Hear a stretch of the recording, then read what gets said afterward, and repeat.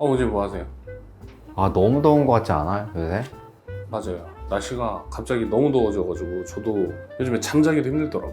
여름이 확실히 계절적 특징이 뚜렷하다고 해야 하나? 그래서 그런지 주위에서 여름에는 어떤 시술을 받아야 됐나 이런 얘기들은 많이 들려와. 물론 여름이 오기 전에 그리고 여름철 관리에 찰떡인 시술들도 있지만 사실 그렇지 않은 애들도 있어. 그래서 오늘은 한번 이 이야기를 해볼까 해.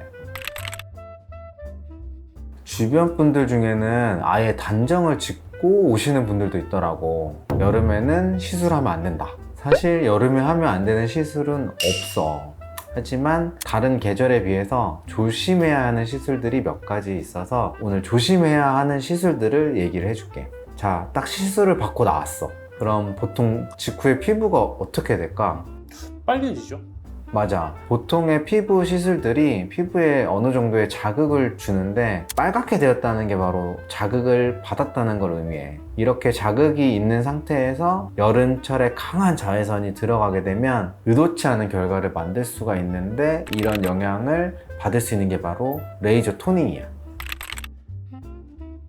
레이저 토닝은 그럼 어떤 시술이에요? 피디님은 잘 알잖아.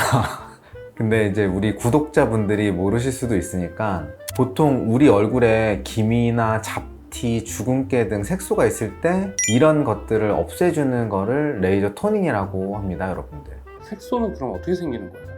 색소를 만드는 여러 가지 원인이 있겠지만 그 원인 중에 하나가 바로 자외선이야. 특히 여름철에는 자외선이 굉장히 강해지기 때문에 색소가 만들어지기 굉장히 쉬운 환경이 되겠지? 근데 이때 레이저 토닝을 지나치게 과도하게 해버리게 되면 오히려 색소를 자극하게 되면서 색소가 더욱 진해지게 되는 경우가 생길 수 있어. 특히 여름철에는 굉장히 조심스럽게 서서히 강도를 조절하는 식으로 시술을 해야 돼. 우리가 여름이 오면 사람들이 보통 뭘 제일 많이 하지? 여름 휴가 여행 가야죠? 아니지, 다이어트 하잖아. 근데 다이어트도 진짜 열심히 하고 꾸준히 해도 안 빠지는 경우가 있단 말이야. 그럴 땐 시술의 힘을 빌려야 되는데 이 시술은 여름이 돼서 하면 사실 여름에 큰 효과를 보기가 어려울 수 있어. 바로 지방분해 주사야. 여름 되기 전에 많은 분들이 관심을 가지시는데 막상 딱 여름이 되고 나서 맞으면 여름 안에 원하는 효과를 보기엔 좀 어려울 수가 있어. 왜냐하면 첫 번째, 멍이 들 수 있어. 여름 되면 옷이 다른 계절에 비해서 짧아지잖아. 노출이 많아지는데 멍 때문에 노출이 불가한 상황이 생길 수가 있어. 그럼 지방분해 주사는 한 번만 맞으면 되는 거예요? 지방분해 주사는 사실 여러 번 맞아서 효과를 보는 시술이기에 여름이 돼서 맞기 시작하면 여름이 다 지나고 효과가 나타나. 그렇기 때문에 만약 지방분해 주사를 계획하고 있으시다면 앞으로도 여름 되기 전 미리 받으시거나 여름이 끝나고 시술을 받으시는 게 제일 좋습니다.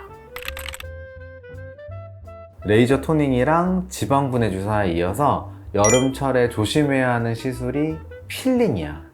필링은 효과가 진행되는 과정에서 각질이 한번 벗겨졌을 때 얼굴이 좀 많이 빨개지게 되거든. 그리고 또 이때 땡볕에 나가서 자외선을 받게 되면 색소 침착이 생길 확률이 매우 커져. 물론 시술 후 주의사항을 잘 지키거나 바르는 것도 잘 바르고 하면 효과를 더 유지하고 색소 침착이 생길 확률이 적어지겠지. 그럼 여름철 이런 시술을 진행하고 나서 관리법 같은 게 있을까요? 너무너무 중요한 관리법이 있지. 선크림 사용은 피부를 보호하는 데 진짜 중요합니다. 선크림 사용, 그러니까 자외선 차단은 진짜 시술만큼 중요하고 피부도 보호하고 피부를 좋아지게 할 수도 있기에 평소에도 관리를 잘 해주셔야 합니다.